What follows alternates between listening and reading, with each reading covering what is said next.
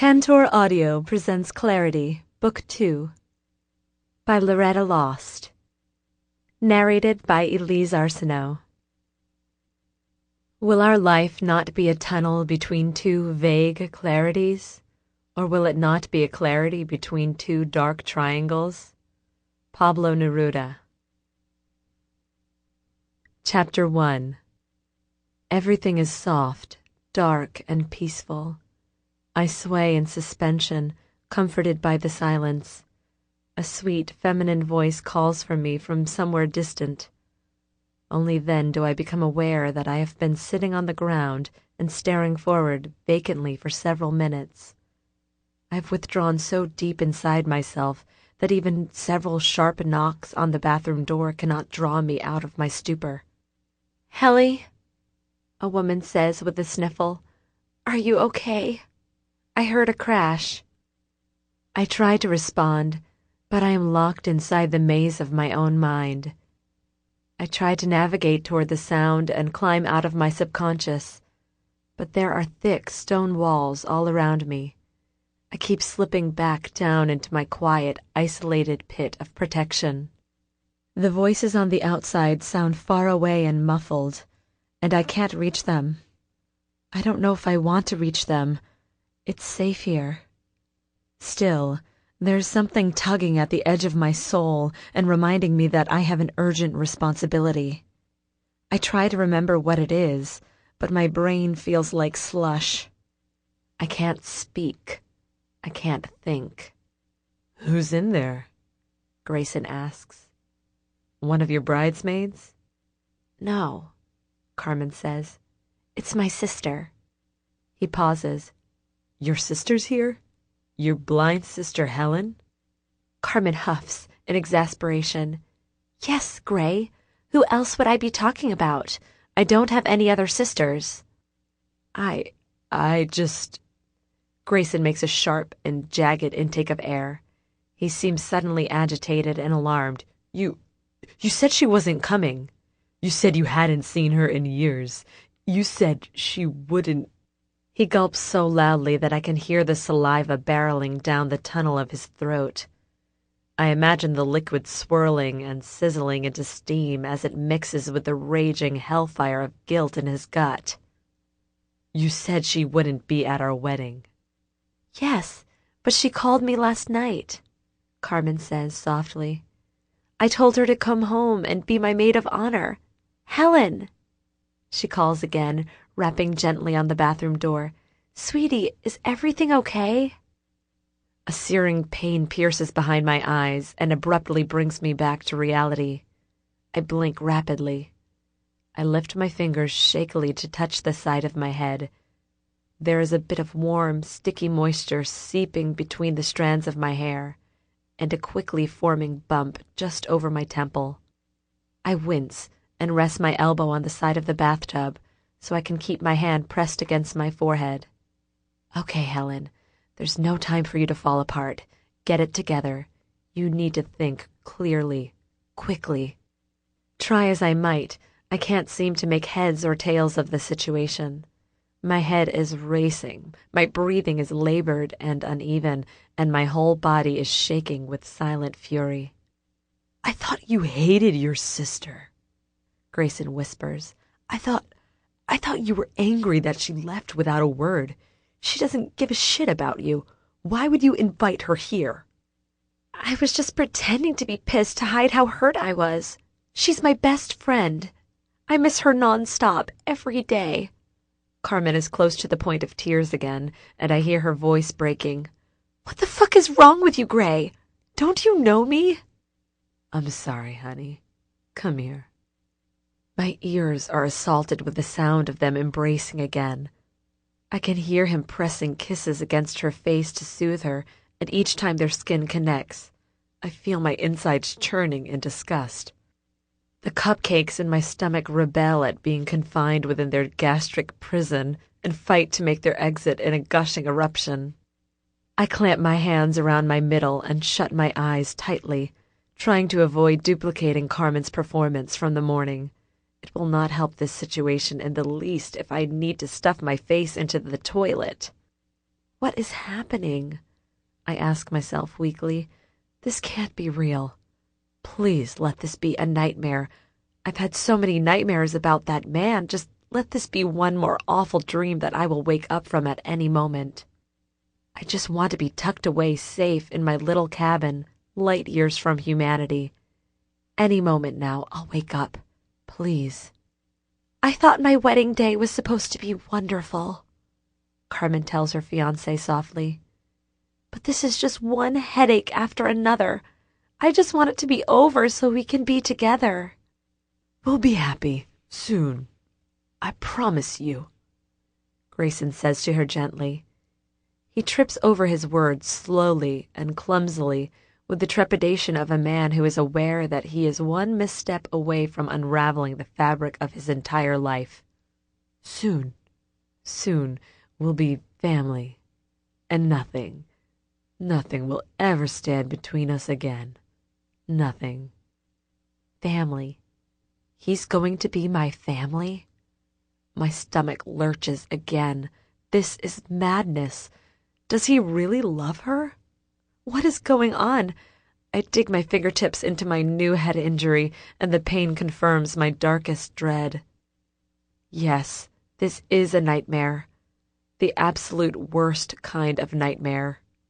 Real life. I have to struggle to stay conscious. My mind is still reeling from the shock and is trying urgently to shut down to shield itself from harm. Sadly, I wish my problems amounted to a simple concussion, but the trauma that's affecting me is much deeper than the mild impact against my skull.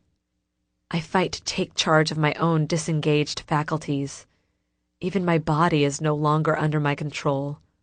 I regretfully acknowledge that I am curled up into a tiny ball and shaking like a frightened animal.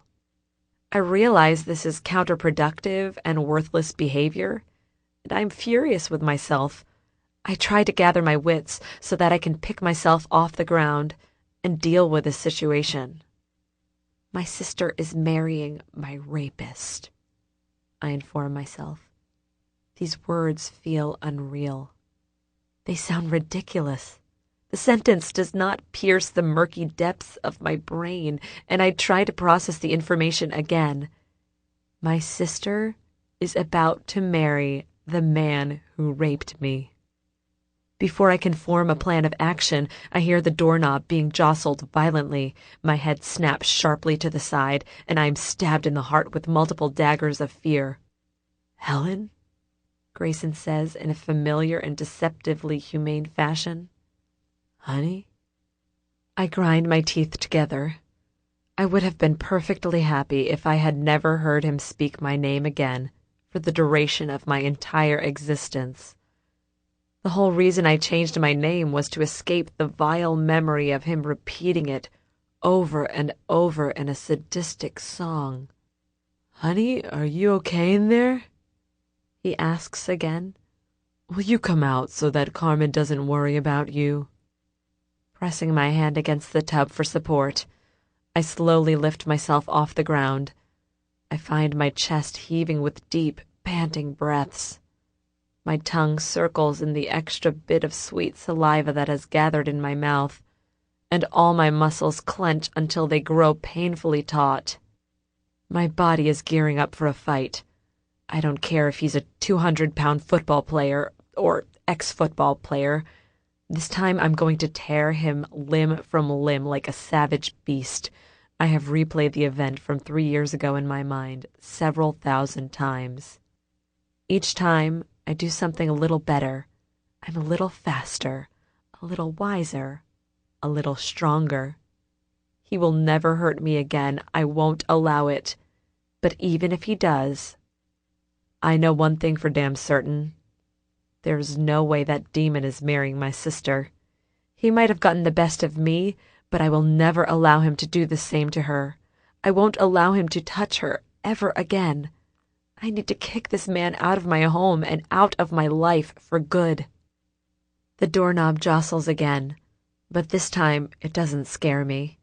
I puff out my chest and ball my hands into fists so tightly that my fingernails cut into my palms. How dare he? How dare he violate me and terrorize my family? I remember what my dad said about him being the perfect son-in-law, and my insides shudder with revulsion. "Excuse me, Miss Winters," says the makeup artist, who has been waiting from somewhere distant in Carmen's bedroom. I have to strain to hear her words, because she is speaking softly and the syllables do not perfectly carry through the door. Her voice is impatient and tired. "We haven't finished working on your face." "Oh, I forgot," Carmen says in horror. "We're running so late. This is awful, Gray. We're probably going to have to delay the ceremony." "All the guests will wait," Grayson tells her. "You're worth waiting for." Carmen lets out a shaky little laugh. "At least I cried before my makeup was complete." "Honey, your bathroom has an entrance to the adjoining room, right?"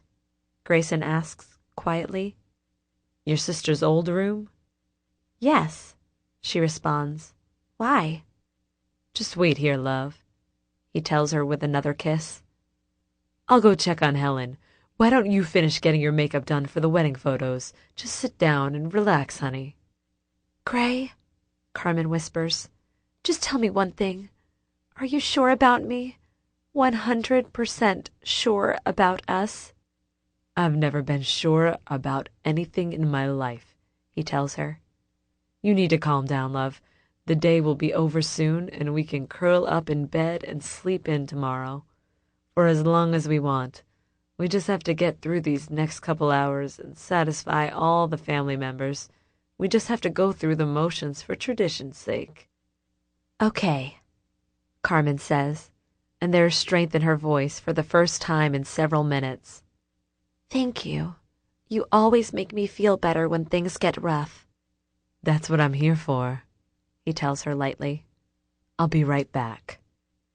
Now it's time for action. I move to the adjoining door that leads into my bedroom, and I lock it hastily. I wait until I hear Grayson leave Carmen's room, and then I burst through the bathroom door into her room and push past her. Moving as quickly as I can, I run across the carpeted floor, tripping over beauty supplies and knocking over chairs as I rush to lock her door. I turn back to her in righteous rage and terror, my chest still expanding rapidly with my heavy breathing. "You can't marry him," I tell her adamantly. "What?" Carmen says in surprise. "Why?" "Oh, Helen, you're bleeding." "I'm fine," I tell her, gasping for air. "Just listen to me for once in your life. You need to call off this wedding." "Why are you saying this?" she asks me, her voice wounded. "First Sabrina is a downer, and now you. Why can't anyone be supportive of me?" "I know him," I tell her as I continue wheezing. I bend over slightly and place the palms of my hands against my knees to support me. My hands are clammy and cold against my soft and newly shaved legs. The salt in my sweat causes a mild burning sensation against the slightly razor-burned skin of my thighs.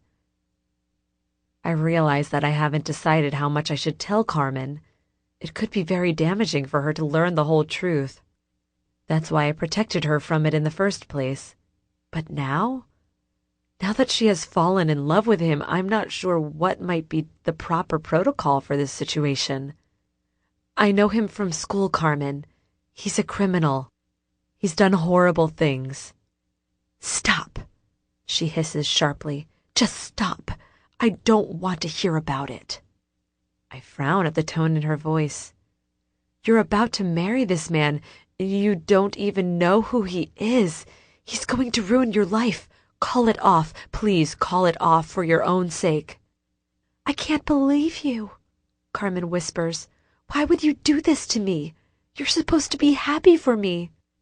"I would be happy if it were almost anyone else," I say in a deadly serious voice. "Carmen, you need to call it off." "Why?" she demands. How can I say anything without hurting her? I part my lips, trying to think of the right words. I can't just blurt out the truth, can I? No, it would devastate her. She would be upset enough about her canceled wedding and the embarrassment to all her friends and relatives. But then she would also need to deal with what happened to me. It would be too much for her to handle in this moment. He's going to hurt you, I tell her, closing my eyes. He's not a good person. Look, Carmen snaps in annoyance. We're all flawed in some way. We all make mistakes. If I spend my life waiting for the perfect man, I'll be waiting forever. Flawed? He's not just flawed, he's a fucking monster. Helen! She says in shock. You're talking about the man who's going to be my husband in a few hours. The makeup artist clears her throat. We really need to get the bride's face ready for photos, unless you're calling the wedding off. I'm not, Carmen declares. I'm getting married. Just then, to add another horrible element to the chaos, Grayson tries to re-enter the room. He turns the knob and finds that it has been locked. Carmen? He says in confusion, as he fiddles with it. Will you let me in? In a panic, I move over to the dresser where I had left my phone. I pick it up with shaking hands and hastily shove the single circular button. Dial 911. I speak into the phone anxiously. What the fuck are you doing? Carmen asks, leaping forward and grabbing the phone from my hands. Calling 911. She interrupts my phone call before it can be completed, but places a hand on my arm. Helen, she says quietly, did he really do something worthy of arrest? Yes, I say, swallowing nervously. Give me my phone. I'm calling the cops. Please don't, Carmen begs. If you destroy him, you'll destroy me. Our lives are already so intertwined. We are practically married as it is. Anything that happened? Anything he did? It's a family matter now. We'll deal with it right here, between us. You're being so weak right now, I say to her in surprise. This isn't like you. Why would you ignore important information and go ahead with a decision that can only end in tears? Is everything okay in there? Grayson calls from outside the room, jostling the doorknob. Carmen takes a deep breath. Listen to me, Helen. I'm not young and idealistic anymore. I've grown up, and I know that I need to make compromises. You can't compromise on this, I hiss. You can't compromise on your safety. There is the sound of an item being tossed across the room, and I flinch when it smashes into the wall. Carmen has snapped. I just hope it was a random beauty implement that fell victim to her rage and not my cell phone. You weren't here for me, Carmen screams. You were gone. Do you know how much you hurt me? Who the hell do you think you are? You left. You'll probably just leave again tomorrow. This family obviously means nothing to you. I mean nothing to you. I can feel her breath on my face as she moves close to me so that her yelling can pierce my ears more painfully. I can also feel the eyes of the makeup artist on us. I am embarrassed as I wonder what she thinks of us. Is this normal wedding behavior? It might be. There is also a hairstylist in the room, but it sounds like she is sitting and typing on her phone and not bothered. There was another makeup artist in the room earlier, but it seems like she might have left when I was helping Carmen put on her dress. My sister is still screaming at me, and I wince as her already shrill voice increases by a few decibels. Don't think you can come in here at the last minute and stick your nose in my business. Don't think you can order me around and interfere with my choices like you give a fuck. Grayson has been there for me every single day for years. I'm not throwing that away because you're a bitter little bitch. I lift my hands into the air, and they float there in confusion and bewilderment. Although I know that my leaving was justified, I still feel terrible. I wonder for a moment if Grayson really can be healthier for my sister than I am. Is it possible that he is trying to be good to her to atone for what he did to me? Is this all part of some kind of twisted plan for redemption? I can't imagine what an appalled and horrified look I must have on my face because Carmen gasps and sobs. I'm sorry, Helen, she says, placing my phone against the palm of my hand. I am relieved to feel that it is in one piece. Just stay out of it, okay? Grayson is my guy. I accept him for who he is. Please understand that. But Carm, I begin in protest. No, I won't listen to any more of it. This is a seriously big and empty house, and I can't be alone here for another day. The silence is deafening. Every little noise, every creak and sigh drives me insane. She pauses. But worse than that, my whole life is a big and empty house that people just walk in and out of as they please. No one stays with me. I need to start building a home where I feel welcome and wanted. I need to start building the foundation of my future. You understand that, don't you? I'm much older than you, Helen. I can't play games or life will pass me by. It's time for me to move forward. Grayson treats me well. This is what I need. I stand in stunned silence as I allow her words to sink into my brain.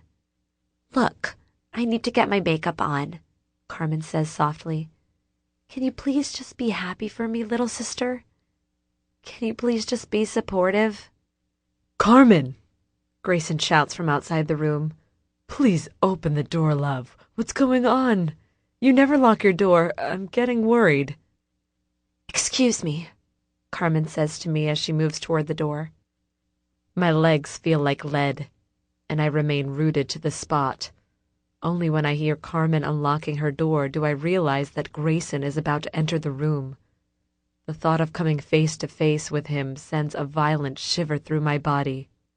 There is a sharp pain in my shoulders and neck where all my muscles are clenched and bunched up tightly. For a moment, it is difficult to force myself to move because my brain seems disconnected from the rest of me.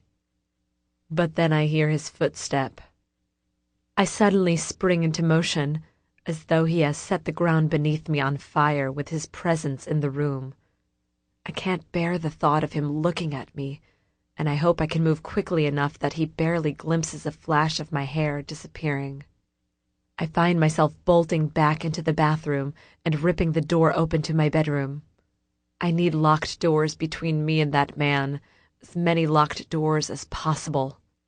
I know that they don't offer complete protection, but they certainly help my anxiety.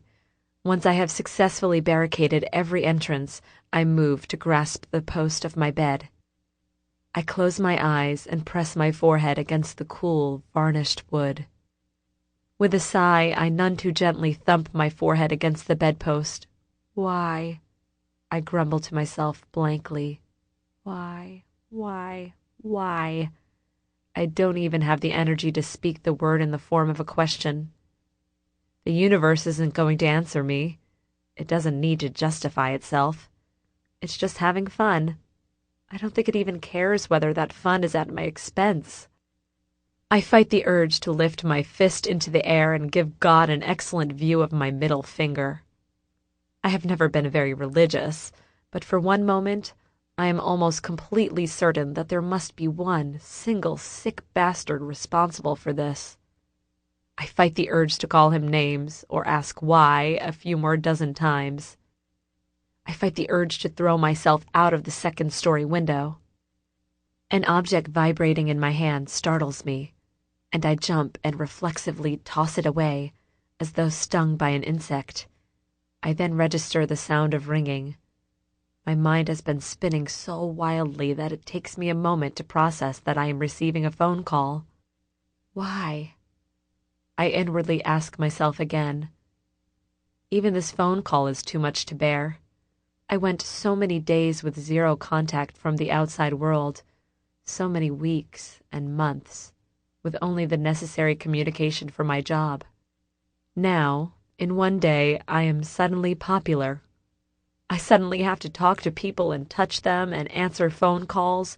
It's too much. It's terrifying. But my phone continues to ring. I fumble for the small device that I had dropped on my bed. Collecting it, I quickly answer in a curt and businesslike voice, "Yes?" "Helen, "Sorry to call again so soon," says the voice on the other end of the phone. "I'm having a bit of a wardrobe crisis. I don't go to special events very often. I thought I'd just ask to make sure. Do I wear a bow tie or a normal tie?" My nose wrinkles with irritation. "Don't bother," I say in a dry tone. "What?" Liam asks, sounding somewhat surprised. "What's going on? Just a few minutes ago you said—" "Forget what I said," I snap harshly. My entire face contorts with heat and rage. "Just forget it. Don't bother coming here." "Did something happen, Helen?" He pauses, and his voice sounds almost hurt. "You're acting different. I thought we were going to have fun with this fake date thing. Is everything okay?" "Everything's fine," I tell him quietly, "but it looks like my sister isn't getting married after all." "What? But she said—" "I don't care what she said," I hiss into the phone. "I'm going to stop this fucking wedding." And with that proclamation, I hang up the phone. I stand victorious in my resolve for a moment, breathing heavily in fury. Then it occurs to me that I have no clue in hell how I'm going to stop this wedding without trampling on my sister's heart and destroying the hopes of my fragile father. Feeling suddenly drained of my strength, I move over to collapse face down onto my bed. My face sinks into the fluffy duvet atop the lovely farmhouse bed that I haven't slept on in 3 years. It is much larger and softer than the tiny, hard cot I slept on back in my cabin, but in this moment, I cannot appreciate the luxury. I would gladly lie down on anything, even a bed of dirt in the slums of India, if it meant I would be far away from this house and him. "Why?" I mutter again into the pillow as my makeup surely gets smudged all over the fabric. I can't seem to form any other utterance. Why? Chapter 2. I'm not sure how long I've been lying flat on my face before I can no longer stand the inertia. I have been running dozens of possible scenarios through my mind and trying to choose the best course of action. I've been hovering in a strange meditative state, somewhere between wakefulness and slumber, and it has been calm and serene. I can hear people rushing about the corridor outside my room, but I've been able to block it out and listen only to my inner voice. I have been able to reach inside myself and grasp a few morsels of wisdom and patience to help me combat my overpowering anger and fear. I need to tread carefully. With a few words, I have the power to drop an avalanche on my sister's head. It's the right thing to do, but I shouldn't be hasty and careless. I need to be graceful and delicate in my delivery, or I could hurt her just as much as Grayson. The fact is that Carmen doesn't trust me. She sees me as an outsider or even an enemy, and anything I say or do to protect her will seem malicious and spiteful.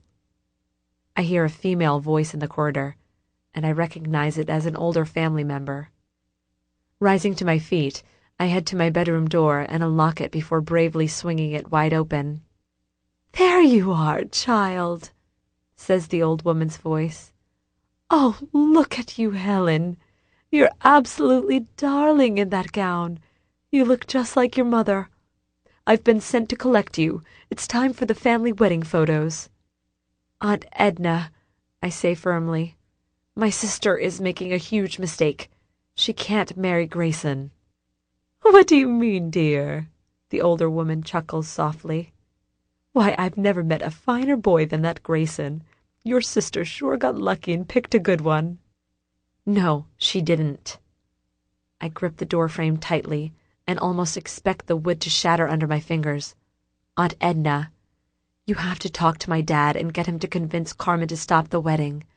I have evidence that Grayson is only after our family's money." "Good gracious, child," Aunt Edna scoffs. "I hardly think that's true. From what your father tells me, that boy single-handedly saved the family fortune. Grayson helped your dad make hundreds of thousands of dollars from investments in only a few short years. He's the only reason you could keep the house. But Aunt Edna, I say. Sample complete. Ready to continue?